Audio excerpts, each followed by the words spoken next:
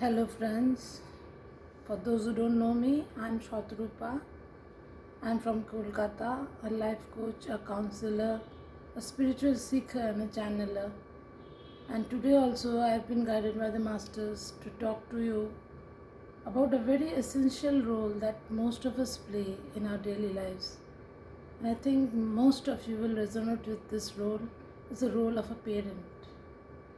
Parenting is one of the beautiful privileges that we have been granted by God, by society, by our life, by our partners, by our families. It's the most beautiful role that one can have in life. And there are certain parents, sadly, who are biological parents, but we cannot expect to call them true parents in the true spiritual sense. And you may say, why am I saying this? Because this is something which is insulting to every parent who is trying their best to do something for the child. But my friends, I'm sorry, but in my years of being a counselor, I've seen children, I've heard children, I've talked to children, I've counseled children, and their story, their sadness has come over to me. And one of the things I have realized that most of us are just physical parents. They are not really parents in the spiritual sense. And if you ask me, what does a spiritual parent mean? The first thing that a spiritual parent does is have a great bonding with their child. They are totally in sync with their child. Their child considers them a friend who is revered and respected, not a friend that you can say anything and insult, and not that. It's the child knows it's my parent, but the parent is more of a friend, someone he or she can go to and confide their deepest fears. In my childhood, I remember I used to talk to my parents about everything on the world but about myself, because I didn't feel that space, that welcomeness, that acceptance in them, that they will want to listen to what I am feeling, what I want to talk about. What is it that makes me feel deep inside something which is troubling me, which is bothering me? And I don't think anyone bothered to know what was going inside my heart, my mind, my emotions. And this is what every parent should be doing.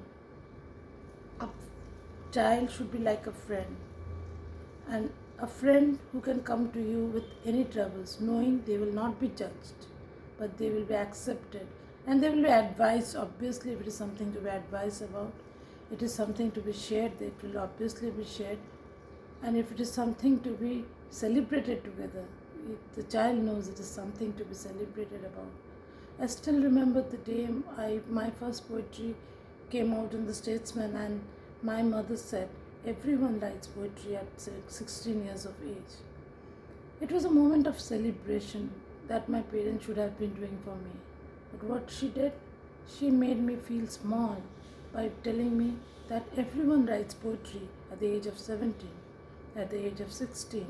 So these are the little moments of triumph. Maybe you brought the trophy back home, being a basketball player, being a football player. I've heard of people who have brought the first prize home and no one bothered to just look at the prize. They were so bothered that they came home late, that they were busy firing at them, not looking at the shield that they were hiding behind their backs.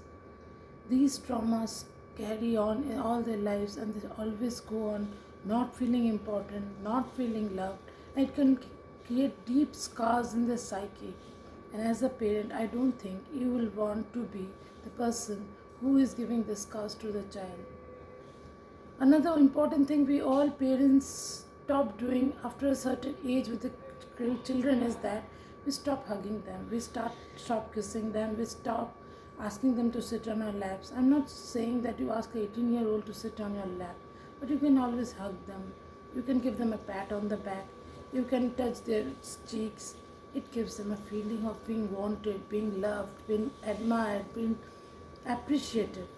And every human being on earth needs to feel appreciated. So one of the basic things that you should stop doing immediately is comparing your child with any other child, any other person, even with yourself, because your children are not your extensions. They are not here to fulfill all the dreams that you could not fulfill in your life. They are here to build their own lives, their own dreams, their own futures, their own careers. They are not our extensions, never. They are just precious beings who have been given in our care. So I would ask you all, please stop comparing them with their friends, their siblings, their cousins, your colleagues' children. Stop doing it. Every child is unique with a unique gift of their own. Try to find that out. Find out what is the greatest potential that your child has. Find out what is it that makes your child feel really wanted. What is it that makes your child feel that I want to do this, I want to achieve this, I want to be like this. It may be being a player, it may be an artist, it may be an engineer, it may be a chartered accountant, or it can be just opening their own business. It can be anything which makes them feel alive. Just listen to this inner part of their being and try and encourage it. And do not just shut them off saying, no, no, no, no, it has no future for you. Try to be a friend with your child. Try to talk to them. Try to bring out the inner being inside them. Try to listen to what that inner being wants to tell you, wants to talk to you about, and encourage them. Encourage them in everything that they do. Appreciate what they did, because every child wants to be appreciated. Do not scold for what exam marks they got low, but for the marks that they did better than the next time, last time. And tell them next time it can be much better. The more you appreciate, the more the child will try to shine in life, because everyone wants to do better. They just need a lot of encouragement and a lot of love. Love is something which can create miracles in your life. And when you give this love to a child, that child feels secure, that child feels wanted, the child feels loved. And in return, the child will do anything for you. So as parents, I would request of all of you to just reach out to your child, hug them, bring them close, talk to them, encourage them, guide them. Stop meting out punishments, stop shouting at them, stop yelling at them. It is not a race, it's a life. And to lead this life to the fullest, you have to live as parent and child, and not as some taskmaster who is trying to bring up someone to be the best version of themselves. A person's best version can only be brought out when you nurture them, when you care for them, when you encourage them. Lots of love to every child out there and every parent. I thank you. Signing off now for today. Thank you so much.